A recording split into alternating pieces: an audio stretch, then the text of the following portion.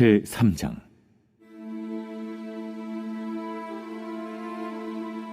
화 있을진저 피의 성이여, 그 안에는 거짓이 가득하고 포악이 가득하며 탈취가 떠나지 아니하는도다.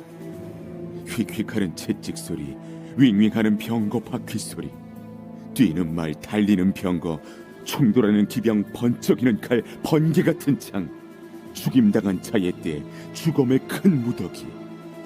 무수한 시체여, 사람이 그 시체에 걸려 넘어지니 이는 마술에 능숙한 미모의 음녀가 많은 음행을 함이라.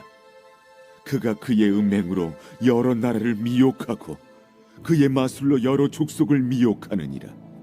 보라, 내가 네게 말하노니 만군의 여호와의 말씀에 내 치마를 걷어올려 내 얼굴에 이르게 하고 내 벌거벗은 것을 나라들에게 보이며 내 부끄러운 것을 문민족에게 보일 것이요, 내가 또 가증하고 더러운 것들을 내 위에 던져 능욕하여 너를 구경거리가 되게 하리니, 그때 너를 보는 자가 다 내게서 도망하며 이르기를 니느웨가 황폐하였도다. 누가 그것을 위하여 애곡하며 내가 어디서 너를 위로할 자를 구하리요 하리라. 내가 어찌 노아몬보다 낫겠느냐. 그는 강들 사이에 있으므로 물이 둘렸으니 바다가 성루가 되었고 바다가 방어벽이 되었으며 구스와 애굽은 그의 힘이 강하여 끝이 없었고 봇과 루빔이 그를 돕는 자가 되었으나 그가 포로가 되어 사로잡혀갔고 그의 어린 아이들은 길 모퉁이에 메어침을 당하여 부서졌으며 그의 존귀한 자들은 제비 뽑혀 나뉘었고 그의 모든 권세자들은 사슬에 결박되었나니 너도 술에 취하여 숨으리라. 너도 원수들 때문에 피난처를 찾으리라. 내 모든 산성은 무화과나무의 처음 익은 열매가 흔들기만 하면 먹는 자의 입에 떨어짐과 같으리라. 내 가운데 장정들은 여인 같고 내 땅의 성문들은 내 원수 앞에 넓게 열리고 빗장들은 불에 타도다. 너는 물을 길어 에워싸일 것을 대비하며 너의 산성들을 견고하게 하며 진흙에 들어가서 흙을 밟아 벽돌 가마를 수리하라. 거기서 불이 너를 삼키며 칼이 너를 베기를 느치가 먹는 것 같이 하리라. 내가 느치같이 스스로 많게 할지어다. 내가 메뚜기같이 스스로 많게 할지어다. 내가 내 상인을 하늘의 별보다 많게 하였으나 느치가 날개를 펴서 날아감과 같고 내 방백은 메뚜기 같고 너의 장수들은 큰 메뚜기 떼가 추운 날에는 울타리에 깃들였다가 해가 뜨면 날아감과 같으니 그 있는 곳을 알 수 없도다. 아수르 왕이여, 내 목자가 차고 내 귀족은 누워 쉬며 내 백성은 산들에 흩어지나 그들을 모을 사람이 없도다. 내 상처는 고칠 수 없고 내 부상은 중하도다. 내 소식을 듣는 자가 다 너를 보고 손뼉을 치나니 이는 그들이 항상 내게 행패를 당하였음이 아니더냐 하시니라.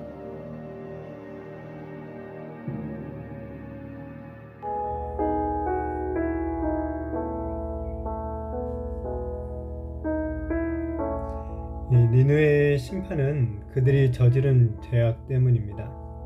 하나님은 아수르의 죄악을 구체적으로 지적하시면서 그에 따른 심판을 선언하십니다. 하나님은 아수르의 포악함을 지적하시죠. 하나님은 니느웨를 향해서 이 피의 성이다 라고 부르고 있는데, 이 니느웨는 피로 가득한 성, 피로 세워진 성이라는 것입니다.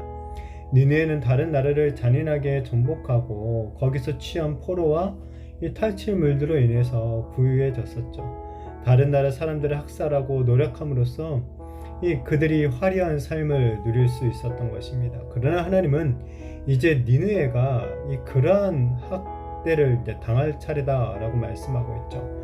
2절부터 3절을 보면 니느웨가 짓밟히는 장면을 생생하게 묘사하고 있는데, 이 마지막에 무수한 시체들이 널려 있다라는 것을 통해서 하나님께서는 니느웨의 포악함을 그대로 갚아 주실 것을 보여주고 있는 것입니다.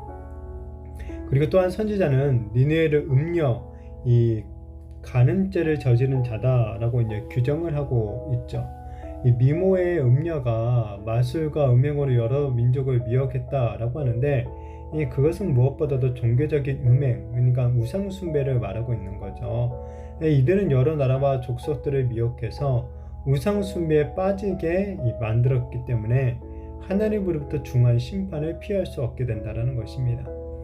이에 하나님께서는 당시 사람들이 매춘부를 벌하는 방식처럼 니느웨를 벌하실 것을 말하고 있죠. 모든 민족이 부끄러운 것을 보게 하고, 그러니까 니느웨의 아수르의 부끄러운 것으로 보게 하고, 그리고 가증하고 더러운 것들을 그 위로 던질 것이다 라고 합니다. 그러니까 이것은 우상의 신전들이 파괴되고 거기에 있었던 가증한 우상들이 더 이상 이 숭배를 받을 수 없게 된다, 멸망하게 된다라는 것을 말하고 있죠.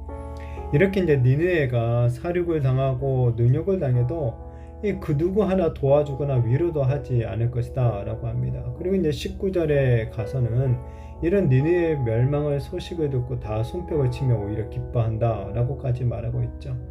그만큼 아수르에 당한 고통들이 너무나 컸기 때문에 아수르가 잔혹하게 멸망하는 것을 보면서도 그 어떠한 동정심도 나타나지 않고 오히려 기뻐한다 라는 것이죠.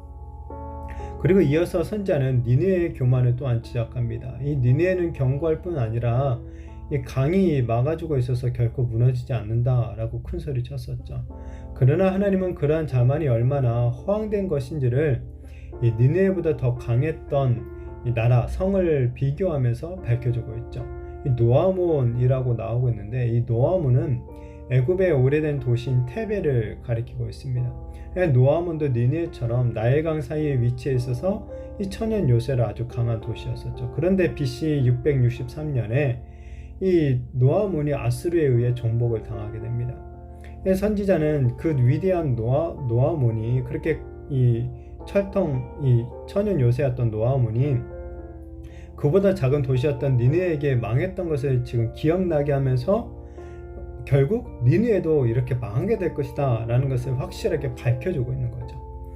그리고 구스와 애굽의 번영과 강성함도 지금 이야기가 되었듯이 니느웨의 번영과 강성함 또한 사라지게 될 것이라고 합니다. 이들이 힘으로 누린 것은 거짓 샬롬에 불과했던 것이죠. 이들이 가진 힘은 이 새로운 역사 앞에 무너지게 되는 거죠. 그리고 그 역사를 주관하시는 분이 바로 하나님이시다라는 것을 보여주죠.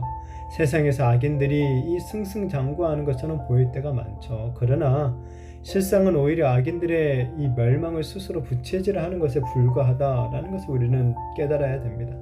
하나님은 그들의 성공한 악행을 그대로 그들의 머리로 돌리실 것이기 때문에 그렇습니다.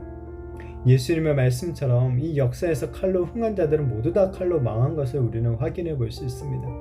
세상 사람들은 믿지 않겠지만 바로 하나님께서 이 세상을 공의로 다스리시기 때문에 일어나는 현상이다 라는 것을 우리는 믿죠. 하나님은 악행에 대해 보응하시고 의인들은 그로 인해서 기뻐하는 거죠. 그렇게 지금 당장은 이 힘들고 어렵더라도 악한 자들 때문에 힘들고 어렵더라도 의의 길을 계속 걸어가야 될 이유가 여기에 있는 거죠. 바라기는 이 의의 길을 걸어감으로 말미암아 하나님의 공의가 이루어지는 그날의 기쁨들을 누리는 우리가 되어지기를 축복합니다. 이어서 선지자는 아수르가 가지고 있던 모든 것이 멸망으로부터 그들을 지켜내는데 아무런 쓸모가 없음을 또 지적하죠. 포위될 것을 대비해서 물을 저장하고 산성을 견고하게 하고 벽돌 가마를 수리하는 등의 일을 아무리 해봐야 하나님의 심판을 견딜 수 없게 된다는 거예요. 메뚜기 떼에게 초토화된 들판처럼 불이 성을 사르고 칼이 그들을 벨 것이다 라고 합니다. 인간이 자신의 생명을 지키기 위해서 준비하는 모든 것들, 이런 것들은 하나님의 심판 앞에서는 아무것도 아닌 것이 된다라는 거예요. 지금 당장은 이 많은 돈이 자신을 지켜줄 것 같고 강력한 군사 무기가 우리를 보호해줄 것 같으며 어떠한 이 외교적인 동맹들이 나를 도와줄 것이다 라고 생각될 수가 있죠. 그러나 하나님이 내리시는 심판 앞에서 그런 돈과 군사력과 외교력은 아무런 힘도 낼 수가 없다라는 거예요. 그렇기에 우리가 이 진정으로 우리의 피난처와 보호자가 되시는 하나님만을 믿고 의지해야 된다는 것이죠. 하나님을 섬기는 것만이 우리 자신을 정말 지킬 수 있는 진정한 준비가 되는 것입니다. 그리고 이제 마지막으로 선지자는 아수르 왕과 함께 충성된 자가 하나도 없음을 또한 언급하죠. 그러면서 이 아수르의 멸망의 소식이 오히려 모든 사람들의 기쁨이 된다라고 합니다. 영원할 것만 같았던 니느웨 성과 아수르 왕의 건세가 순식간에 이렇게 무너질 것입니다.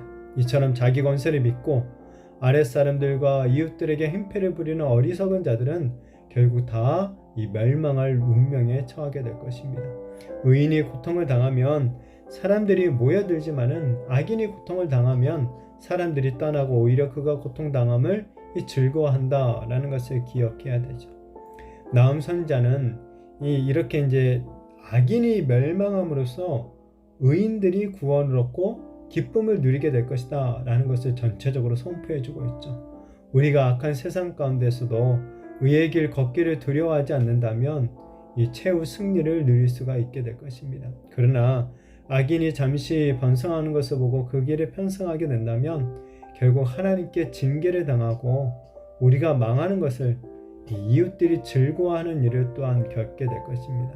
바라기는 우리 예수님처럼 이 의의 길을 꿋꿋이 걸어가며 악인의 번성을 부러워하지 않고 정말 주님의 백성으로 견고히 서서 살아가는 우리 성도님들이 되시기를 축복합니다. 그래서 하나님의 이 공의가 온전히 이루어지는 그날의 그 큰 기쁨을, 영원한 기쁨들을 누리게 되는 저와 우리 모든 성도님들이 되시기를 예수님의 이름으로 축복합니다.